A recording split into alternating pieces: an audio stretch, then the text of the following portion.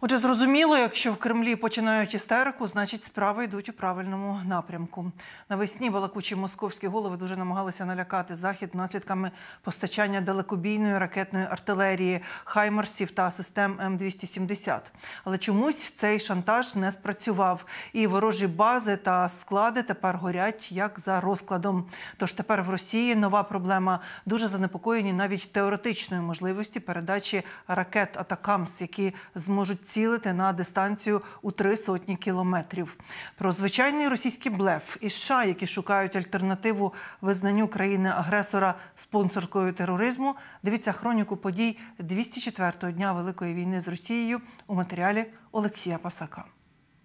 Ракети ще не прилетіли до Москви, але там уже палає. Речниця російського МЗС Захарова почала озвучувати чергові погрози на адресу США. Ще до будь-яких офіційних заяв чи натяків на постачання Україні далекобійних ракет до хаймарсів у Росії вже намагаються залякати Вашингтон. Кажуть, якщо Київ отримає зброю з великою дальністю, це стане червоною лінією. Та обіцяють захищати територію тимчасово Федерації, цитата, усіма доступними засобами. Важко згадати всі червоні лінії, які знову і знову вигадують у Москві, але певну червону лінію для себе Вашингтон, вочевидь, уже готується перейти. Американські сенатори, демократ Річард Блюменталь та республіканець Лінсі Грем подали двопартійний законопроєкт про визнання Росії країною-спонсоркою тероризму. Кажуть, це остаточно переконає і Київ, і союзників США у послідовній підтримці України. Але у Білому домі натомість розглядають інший сценарій.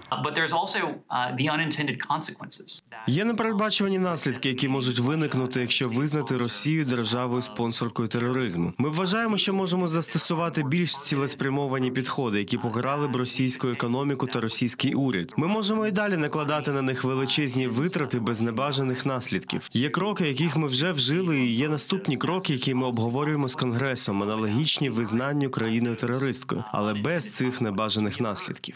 А нині наслідки небажаного сусідства з ворогом відчуває лише Україна. Зазнавши розгрому на Харківщині, Росія продовжує терор цивільних. І напередодні, і у четвер продовжила бити по критичній інфраструктурі. Через пошкодження Карачунівського водосховища почала підніматися річка Інгулець. У Кривому Розі підтопило понад 100 будинків. 8 тисяч мешканців Лозувацької та Софіївської громад чекають на поновлення водопостачання через перебиті водогони. У Держслужбі з надзвичайних ситуацій кажуть, станом на ранок в Інгульці вода прибувала на 40 сантиметрів щогодини. Але ввечері рівень упав на півметра і продовжує знижуватися. Та мешканцям окремих районів Кривого Рогу досі доводиться вирішувати свої справи винятково за допомогою човнів.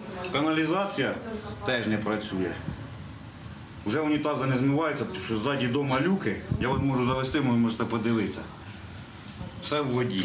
Мені треба вигуляти собачку. Я кожне утро вигулюю собачку. А як? А у Саші лодка. Ми сели на лодку. Вона сидить, смотрит, рассматривает. У мене собачка така хороша, ну, взагалі, як дитя. Деякі собаки як люди, але деякі люди радше схожі на скажених псів. Під російськими обстрілами знову Донеччина. Найбільше гатили в Бахмутському районі. У райцентрі вщент зруйновано частину багатоповерхівки. Пошкоджені і сусідні будинки. Під завалами можуть залишатися люди, їх досі шукають. В Бахмуті вночі стався ворожий обстріл, було потрапляння в багатоповерхову будівлю. Ворожа ракета знищила майже цілий під'їзд. За попередньою інформацією, під завалами можуть знаходитись люди. Поліцейські задокументували даний злочин, а рятівники зараз проводять пошуково-рятувальні роботи. А в іншому місті інші пошукові роботи. На Харківщині СБУ затримує колаборантів, які співпрацювали з окупантами. У визволених містечках та селах області вже перевірили близько 7 тисяч осіб. Затримали 16 поплічників ворожої країни. 11 взяли під варту. А ті ж мешканці, які увесь цей час чекали на деокупацію, досі не можуть оговтатися від пережитого. Хата розбита. Та криша вся в дирках, біжить вода в хату. Вікна побиті, двері побиті, дверей нема, двоє входних. Що це за життя така? А ми виживали. 1,5 місяці в нас ніякої гуманітарної допомоги не було, тому в кого які там заначки були, користувалися ними, але з часом заначки закінчилися і нам було дуже і дуже туго.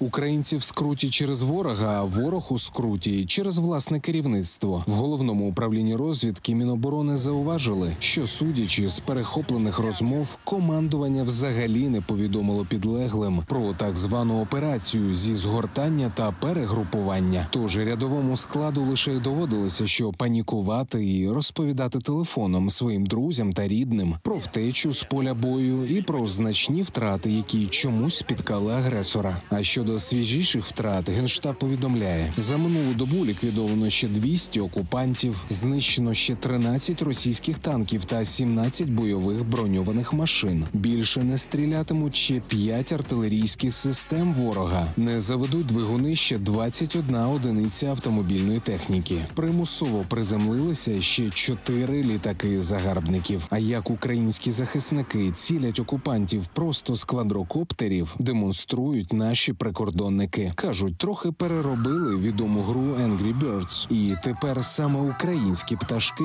шлють вітання російським свиням. Рація не ловить, москалики бігають, суетяться. Передайте нашим, ми її пашемо.